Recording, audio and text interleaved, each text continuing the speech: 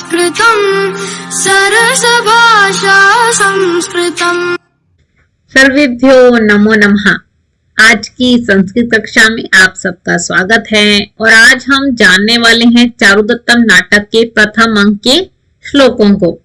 चारुदत्तम नाटक गद्य पद्य मिश्रित है, परंतु एग्जाम में हमें केवल श्लोक और सूक्तियों कार्य ही पूछा जाता है। इसलिए इस लेक्चर में और आने वाले लेक्चर्स में हम केवल श्लोकों और सूक्तियों को ही डिस्कस करेंगे।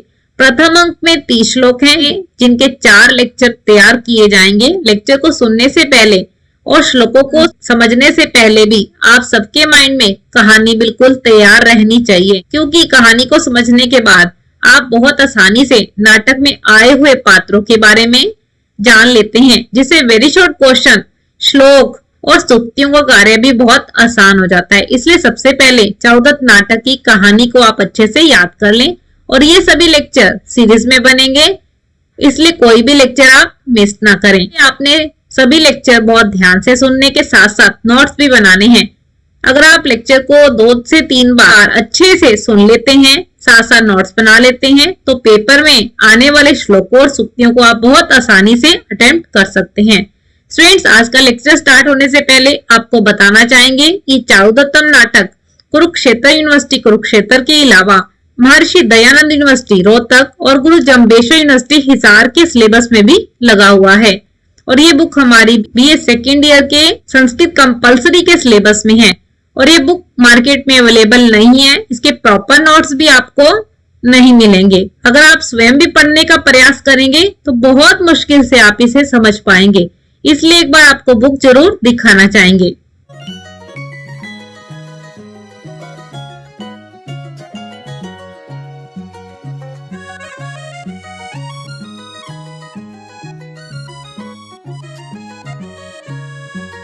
तो देखा आपने बुक को, कितना हार्ड लग रहा है ना। इसको पढ़ना और समझना तो बहुत दूर की बात है, भले ही हमें अधिक समय लगे, परंतु हमारा प्रयास है कि सरल से सरल तरीके से आप सबके लिए चारुदत्तम नाटक का मटेरियल सॉल्व किया जाए और उसके साथ साथ यह भी प्रयास है कि टॉपिक इंटरेस्टिंग भी बने, ताकि आप सब उसे बहुत आसानी से समझ सकें। और ये सब एफर्ट्स आप सबके लिए किए जा रहे हैं। इसमें बहुत टाइम एनर्जी लगाकर आपके सिलेबस को सॉल्व किया जा रहा है। इसलिए आप लेक्चर को लाइक भी करें, अपने फ्रेंड्स के साथ शेयर भी करें, चैनल को सब्सक्राइब करना तो भूलना ही नहीं है। अपने टीचर्स को हमेशा रिगार्ड दीजिए, भले ही वे ऑनलाइन पढ़ा रहा हो या फिर ऑफलाइन। आज हम पढ़ने वाले हैं महाकवि भास द्वारा रचित चारुदत्तम नाटक के प्रथम अंक में आए हुए श्लोकों को। ये सिलेबस आपका BA second year 3rd semester Sanskrit compulsory में लगा हुआ है। तो चलिए थोड़ी सी इंट्रोडक्शन में जाननी जरूरी है, क्योंकि इसके राइटर जो हैं वो संस्कृत साहित्य में सर्वाधिक नाटक लिख चुके हैं और इनके नाटकों की संख्या क्या है, 13 है और इन्हें कथा वस्तु के आधार पर विभाजित किया गया है। महाभारत पर आधारित नाटक क्या है, उरुभंग, दूत वाक्यम, पंचरात्रम, बालचरितम, दूत घटोत्कचम और कर्णभार और मध्यम व्यायोग। तो ये 7 नाटक आपके महाभारत पर आधारित हैं। और उसके बाद आपके रामायण पर आधारित नाटकों की संख्या 2 है, वो है प्रतिमा नाटक और अभिषेक नाटक। राजा उद्यन की कहानी पर आधारित नाटकों की संख्या भी 2 है, प्रतिज्ञा, यौगंधरायण और स्वप्न वासवदत्तम। कल्पना पर आधारित नाटक है अविमारक और चारुदत्तम। आपके पास प्रथम अंक का सार लिखना है, द्वितीय अंक का सार लिखना है, चरित्र चित्रण संबंधी प्रश्न आए, राइटर के परिचय ही से ही आपने स्टार्ट करना है क्वेश्चन पे, कभी भी डायरेक्ट मत जाइए क्वेश्चन पर, ठीक है स्टूडेंट्स। अब हम श्लोकों को स्टार्ट करने वाले और उसके लिए आपके माइंड में सबसे पहले कहानी तैयार होनी चाहिए। सबसे पहले स्थापना, आप जानते हैं नांदी पाठ से आरंभ होता है। प्रथम दृश्य आपने जाना, विदूषक का चारुदत्त को देखना है और इससे रिलेटेड आपके पास सिर्फ 2 ही श्लोक आएंगे। द्वितीय दृश्य में हम देखते हैं चारुदत्त, विदूषक और चेटी का आगमन होता है, रिलेटेड आपके पास 6 श्लोक हैं और आज के लेक्चर में हम इन 8 श्लोकों को कवर करने वाले हैं। तीसरे दृश्य में सेना का पीछा चकार और विट कर रहे हैं, 9 से 22 सबसे ज्यादा श्लोक इसमें है।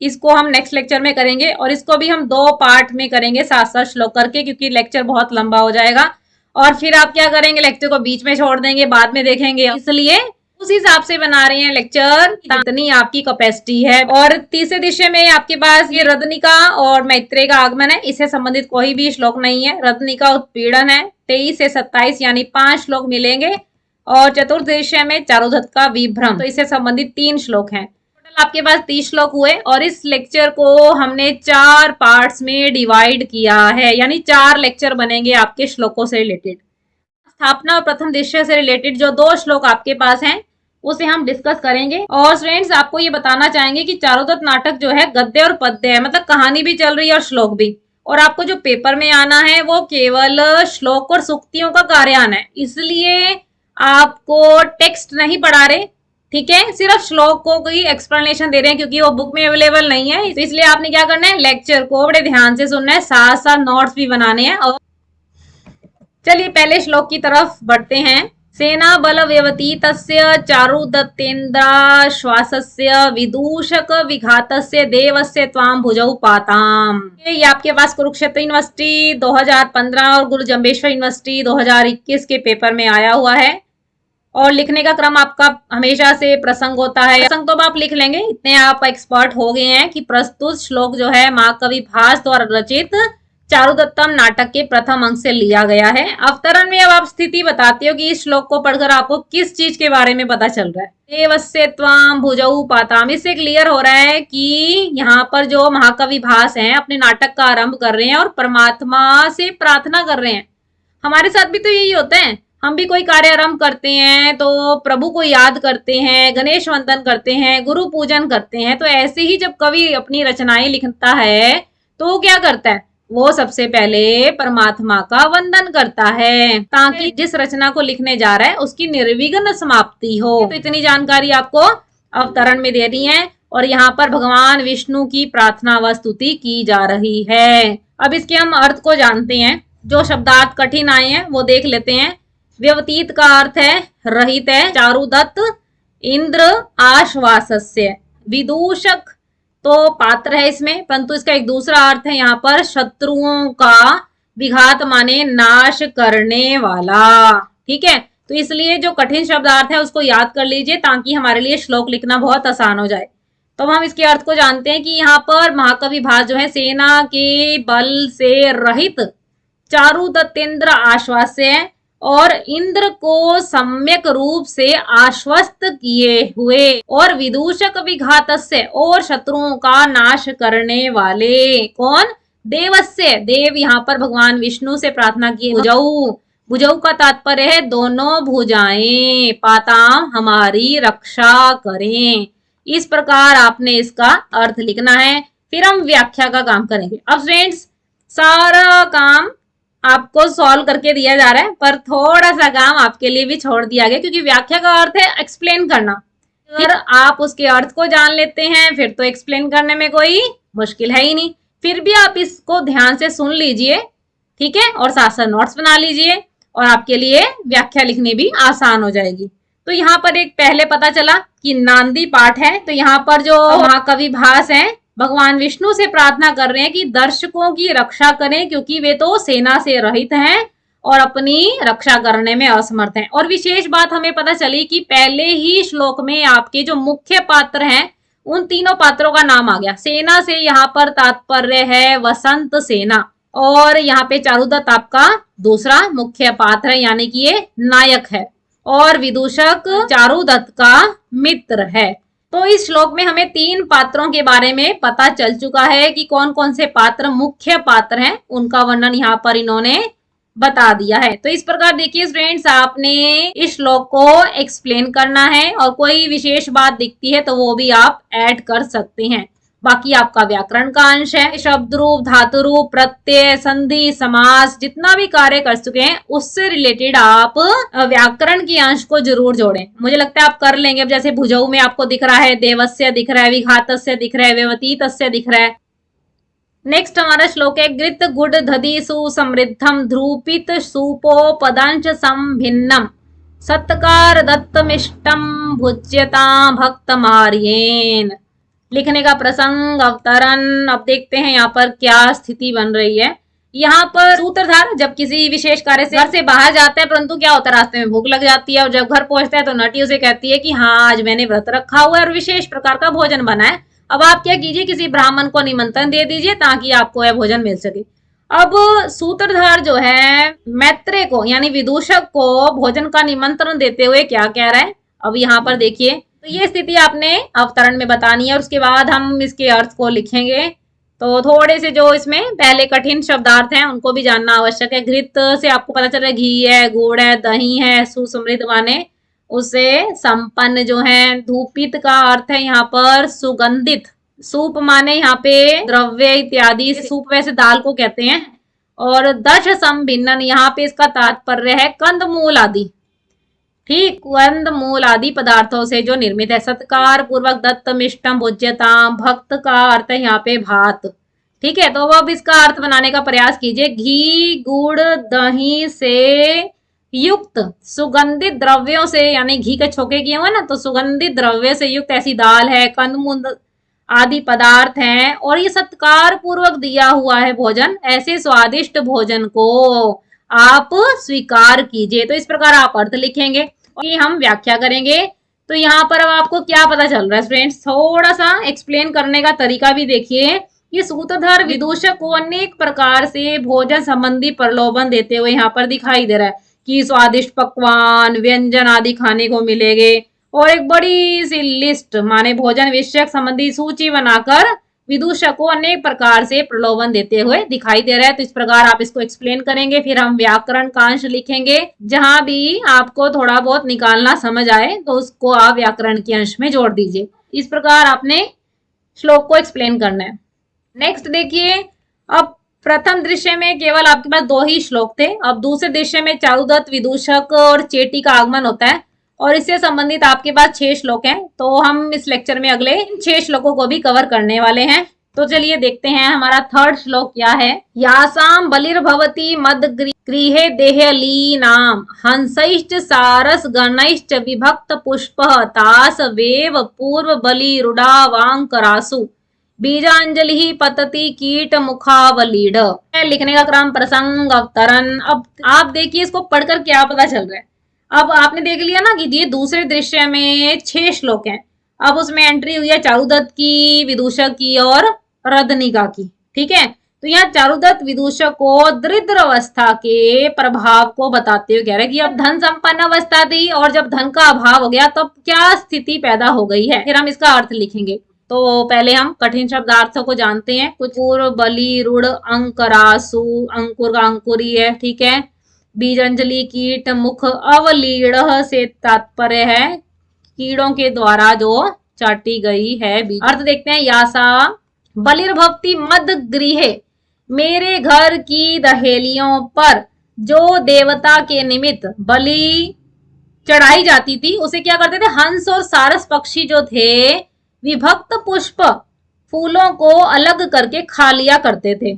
और अब क्या स्थिति हुई, तास वेव पूर्व बलि रूढ़ व अंकरासु, और जो पहले बलि दी गई हैं तो उनके जौ के अंकुर फूट गए हैं। अब आप देखो कच्ची जमीन पे बीज इत्यादि जब डल जाते हैं तो क्या होता है, वो थोड़े टाइम बाद पनप जाता है, उसके अंकुर फूट जाते हैं। तो वही कह रहे जो दहेलियों पे जो पहले बलि चढ़ाई जाती थी अब वो क्या हो गया, अंकुरित हो चुके हैं, उनके बीज जो है फूट चुके हैं, ठीक है। बीज अंजलि पतती कीट मुखवलीढ़, और उसको देखने से लग रहा है माने कीड़ों के मुख के द्वारा चाटी गई है, खंडित है, ऐसी बीजों की अंजलि मात्र पड़ी हुई है, ठीक है। तो इस प्रकार आपने ये अर्थ लिखना है। अब एक्सप्लेन करने का कार्य है। तो अब आप देखिए कि यहाँ क्या बताया जा रहा है। चारुदत्त के द्वारा यहाँ पर जीवन में धन के अभाव की स्थिति को बताया गया है कि चारुदत्त की पूर्वावस्था के समय द्वार पर जो बलि इत्यादि चढ़ाई जाती थी तो उन बलियों के बीज आज क्या हो गए, उग गए हैं। वहां पे सारस और हंस पक्षी क्या करते थे, पुष्पों को अलग करते थे और खा लेते थे। और अब क्या हुआ, चारुदत्त निर्धन अवस्था में पहुंच गया है, धन का अभाव हो गया जीवन में, तो बीजों की अंजलि मात्र ही बलि के रूप में चढ़ाता है और वो भी ऐसी प्रतीत होती है मानो कीड़ों के द्वारा आदि खाई गई हो। इसलिए अब तो उन बलियों को खाने के लिए हंस और सारस पक्षी भी आकर्षित नहीं होते, ठीक है। तो इस प्रकार आप एक्सप्लेन करेंगे और फिर हम व्याकरण लिखेंगे। आप ढूंढ लेंगे, मुझे लगता है। अब थोड़ा अपने ऊपर कॉन्फिडेंस बना के रखिए, अपने शब्द रूप धातु रूप को रिवाइज करते रहिए, ठीक है। जैसे पतती आ गया, लट लकार का प्रयोग है, ठीक है। दहेली नाम, रामा नाम, लता नाम, मुनि नाम, साधु नाम, बहुत सारे और भी दिख रहे हैं मुझे। आप खुद निकालने का प्रयास कीजिए, इनको व्याकरण के अंश में जोड़िए।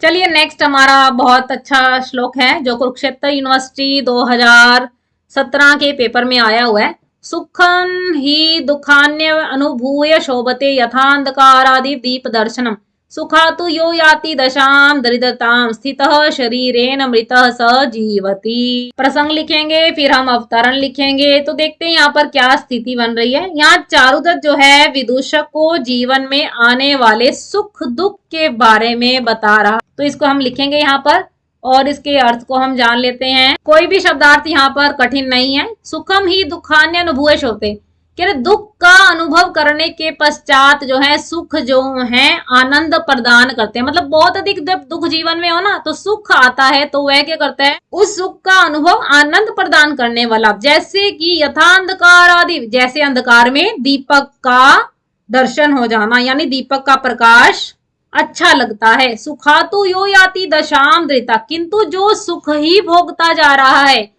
और दरिद्रता को प्राप्त हो गया है तो उसका जीवन कैसे, स्थित शरीरेण मृतः स जीवति, कि वह व्यक्ति जो है शरीर धारण करे हुए भी एक मृत की भांति जीवती, जीवन को धारण किए। मतलब उसकी स्थिति ऐसे होगी है कि वह शरीर तो है परंतु जैसे मृत हो जाता है तो इस तरह के इसने शरीर को धारण किया है। फिर उसके बाद हम इसकी व्याख्या करेंगे। अब आपको क्लियर होगी स्थिति। यहाँ पे सुख और दुख की स्थिति को प्रकाश और अंधकार के माध्यम से बताया गया कि दोनों परिस्थितियां कभी भी समान नहीं रहती। ना तो सुख हमेशा रह सकता है ना ही दुख हमेशा रह सकता है। ठीक है, जीवन सदैव परिवर्तनशील है, परंतु जब दुख के पश्चात सुख आता है तो वह उसका आनंद सुखमय होता है। परंतु जब सुखों के भोगने के पश्चात दुखों की स्थिति पैदा होती है तो वे दुख मनुष्य को मृत्यु के समान पीड़ा प्रदान करते हैं। इस प्रकार आपने इसको एक्सप्लेन करना है और फिर हम क्या लिखेंगे, व्याकरण लिखेंगे।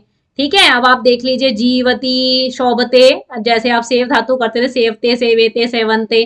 ठीक है, आत्मनेपदी रूप है। ठीक, तो इस प्रकार आप प्रयास कीजिए छोटे छोटे व्याकरण के अंश को निकालने का। ये शरीरेन आया है, तृतीय विभक्ति का एक वचन का यहाँ पर प्रयोग है। आगे बढ़ने से पहले फिर से कहेंगे, अगर अभी तक आपने चैनल को सब्सक्राइब नहीं किया है तो आप सब्सक्राइब भी कीजिए और लाइक करके अपने फ्रेंड्स के साथ शेयर भी कीजिए। हमारा 5वां श्लोक है, शीना ममार्थ प्रणीय क्रियासु विमानितम नैव परम स्मरामि एतत्तु मे प्रत्यदत्त मूल्यम सत्वम सखे नाशयमभ्युपेति। यह कुरुक्षेत्र यूनिवर्सिटी के 2019 के और गुरु जम्बेश्वर यूनिवर्सिटी में 2017 के पेपर में आया हुआ है। प्रसंग लिखेंगे, अवतरण।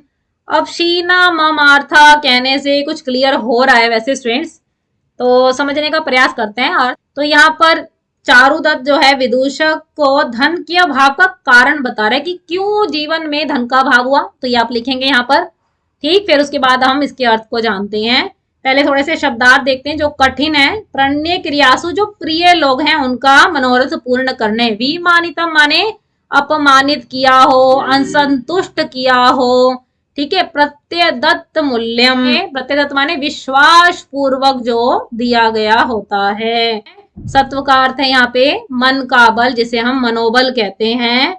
और क्षय का अर्थ है यहाँ पे क्षीण हो जाना।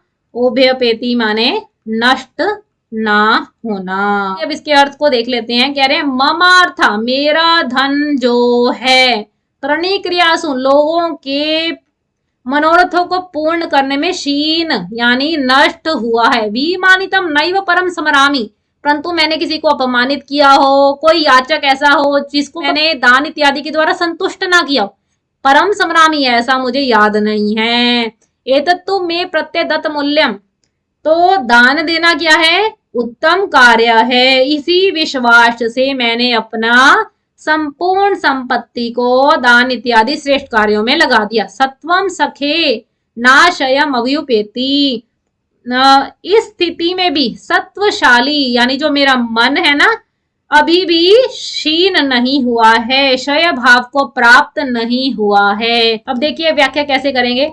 कहने का तात्पर्य यह, मन के हारे हार और मन के भी जीते जीत। अगर आप मन से हार गए हैं तो प्रत्येक कार्य आपको कठिन ही लगेगा। अगर मन से जीते हुए हैं तो जीवन में जैसे मर्जी पड़ाव आ जाए तो आप उससे बाहर निकल जाएंगे।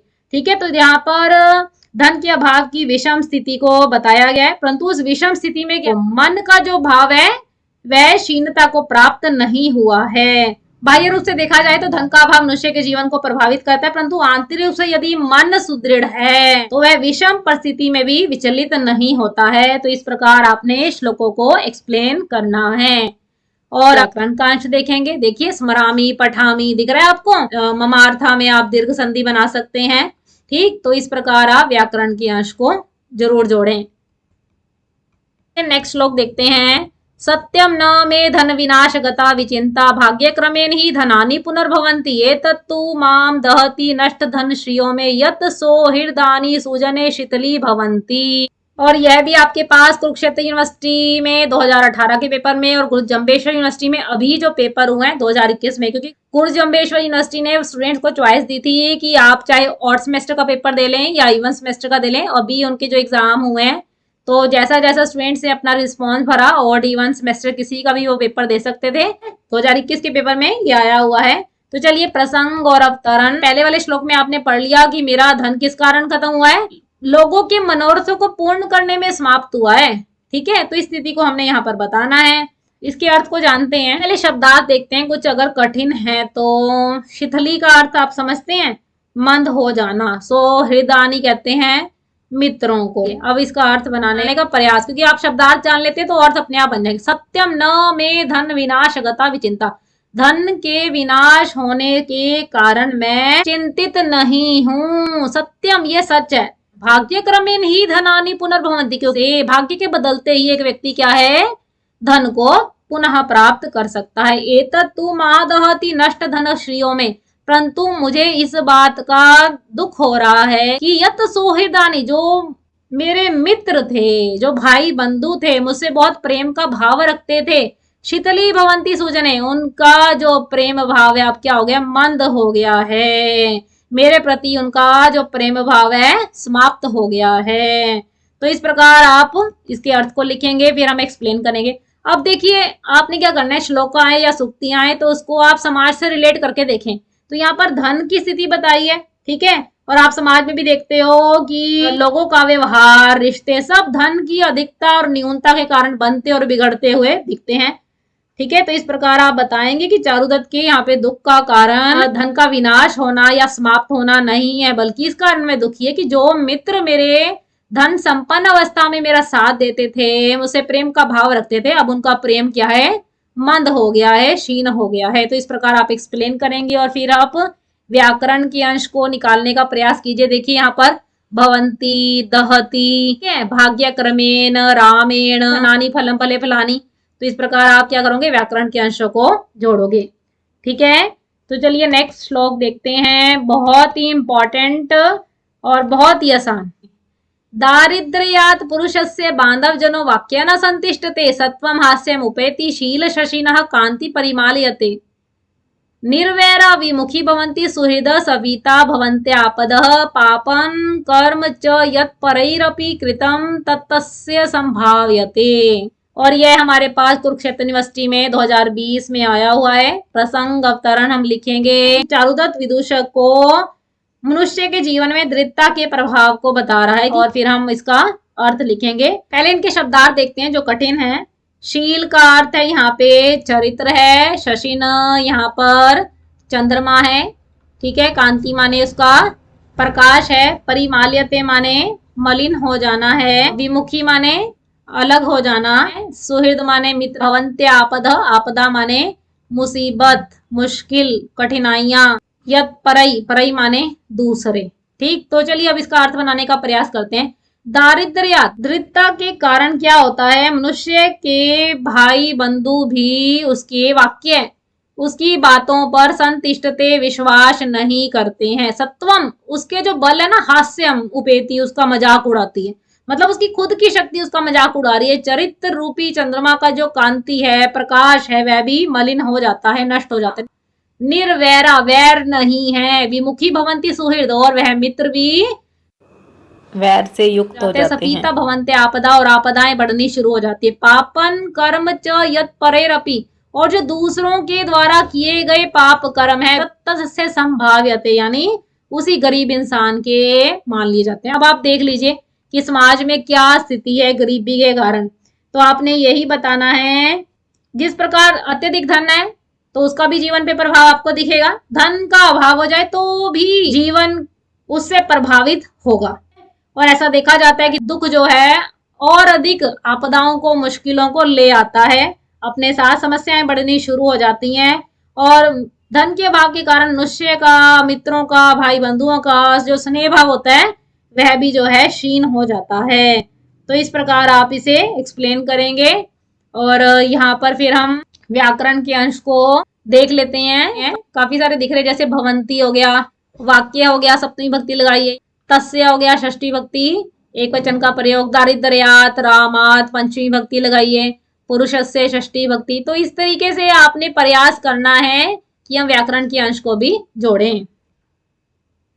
अब हम इस लेक्चर के आखिरी श्लोक को पढ़ रहे हैं, क्योंकि आप देखिए अगर हम सारे पढ़ने लगे ना केवल लेक्चर छोड़ के भाग जाएंगे, इसलिए हमने इस 30 श्लोकों को 4 भागों में डिवाइड किए ताकि आप 15 मिनट का लेक्चर हो, 20 मिनट का हो, 25 मिनट, जितनी हमारी कैपेसिटी है उसके हिसाब से लेक्चर को तैयार किया गया है। विभवानुवशा भार्या सम दुख सुखो भवान सत्वं च न परिभ्रष्टम यद दरिद्रेषु दुर्लभम। और ये आपके पास कुरुक्षेत्र यूनिवर्सिटी के पेपर में 2016 में आया हुआ है। प्रसंग लिखेंगे, अवतरण है, दरिद्रता के ऊपर ही है सभी श्लोक अभी तक जो आपने पढ़े हैं। ठीक है। चारुदत्त विदूषक को दरिद्र अवस्था जैसी विषम परिस्थिति में साथ देने वाले लोगों के विषय में बता रहे। अब दरिद्रता तो है ही है, कुछ लोगों ने साथ भी जोड़ दिया, परंतु अब सारे रिश्ते तो इस तरीके से नहीं होते ना कि धन के कारण ही लोग जुड़े होते हैं। धन के अभाव में भी, विषम परिस्थिति में भी बहुत लोग हमारा साथ देते हैं। तो उसके बारे में यहाँ पर बताया गया है। इसके अर्थ को देखते हैं। विभवा अनुवश्य भार्या, यहाँ पे चारुदत्त जो है विदूषक को कह रहा है कि पूर्व वैभव के कारण मेरी जो भार्या है और सम दुख सुखो भवान, और सुख दुख में समान रहने वाले भगवान का अर्थ है आप। सत्वम च न परिभ्रष्टम, सत्व माने मेरी जो शक्ति है, परिभ्रष्टम नष्ट नहीं हुई है, यद दरिद्रेषु दुर्लभम, क्योंकि यही तो स्थिति है जो दरिद्रता में दुर्लभ हो जाती है। तो इस प्रकार आप बताएंगे। तो यहाँ पर 3 चीजें आपको बताई गई हैं कि पत्नी जो है उसके साथ है, मित्र जो सुख दुख में साथ खड़ा हुआ है वो कौन है इस समय, विदूषक उसके साथ है, और तीसरा जो है उसकी शक्ति। ठीक है, पत्नी भी उसका साथ देते हुए दिख रही है, चाहे सुख की अवस्था है, दुख की अवस्था है। दूसरा उसका मित्र जो विदूषक है वह भी उसका साथ देते हुए दिखाई दे रहा है, और तीसरा उसकी खुद का जो मनोबल है, उसकी जो शक्ति है वह उससे भी जो है कमजोर नहीं हुआ है। अब ये अगर 3 पावर एक व्यक्ति के पास है तो वो दरिद्र किस तरीके से हो सकता है। ठीक है, तो इसलिए चारुदत्त कहता है कि मैं इस अवस्था को दरिद्र अवस्था नहीं स्वीकार करता। तो इस प्रकार आप एक्सप्लेन करेंगे और फिर आप व्याकरण की अंश को देख सकते हैं। देखिए यहाँ दरिद्रेशु दिख रहा है आपको, रामेशु फलेशु दुर्लभम रामम भवान, भवत शब्द रूप प्रथम पुरुष एक वचन। तो इस प्रकार आप व्याकरण के अंशों को भी साथ साथ जोड़िए। तो आज के लेक्चर में हमने पहले अंक में आए हुए 1 से 8 श्लोक को डिस्कस किया है। आने वाले लेक्चर में हम अगले श्लोकों को जानेंगे, तो इसलिए आपने अगले लेक्चर में भी हमारे साथ बने रहना है। आपके कोई भी डाउट्स हो तो आप कमेंट बॉक्स में पूछ सकते हैं। आपकी कोई सजेशन हो तो वह भी आप कमेंट बॉक्स में बता सकते हैं। आपको लेक्चर कैसा लगा यह भी आप कमेंट बॉक्स में जरूर बताएं। अगर आपको लेक्चर अच्छा लगा तो आप इसे लाइक कीजिए, ज्यादा से ज्यादा फ्रेंड्स के साथ शेयर कीजिए, क्योंकि आप जानते हैं स्टूडेंट्स चारुदत्तम बुक मार्केट में अवेलेबल नहीं है, परंतु हमारा प्रयास है कि सरल से सरल तरीके में आप सबके लिए ये लेक्चर्स तैयार किए जाएं। तो इसलिए आपने क्या करना है, ज्यादा से ज्यादा अपने फ्रेंड्स के साथ इस लेक्चर को शेयर करना है। और अगर आप संस्कृत की अपडेट के साथ जुड़ा रहना चाहते हैं, संस्कृत सीखना चाहते हैं, संस्कृत का सिलेबस कवर करना चाहते हैं, तो चैनल को सब्सक्राइब भी जरूर करना है। ऐसे नए टॉपिक के साथ हम फिर से मिलते रहेंगे। आने वाले लेक्चर्स अभी चारुदत्तम नाटक के श्लोकों के सीरीज में चलेंगे, इसलिए आने वाले लेक्चर में भी आप फ्रेंड्स हमारे साथ बने रहें ताकि आपका कोई भी लेक्चर मिस ना हो। आशा रख सकते हैं कि आपने ये लेक्चर बहुत ध्यान से सुना होगा, साथ साथ नोट्स भी बनाए होंगे, और साथ साथ जो भी आपके डाउट्स आए तो वह आप कमेंट बॉक्स में पूछ सकते हैं। तो फिर मिलेंगे फ्रेंड्स ऐसे नए टॉपिक्स और नई अपडेट के साथ। तब तक के लिए आप सबको हृदय की गहराइयों से धन्यवाद। नमो नमः। नमः संस्कृताय।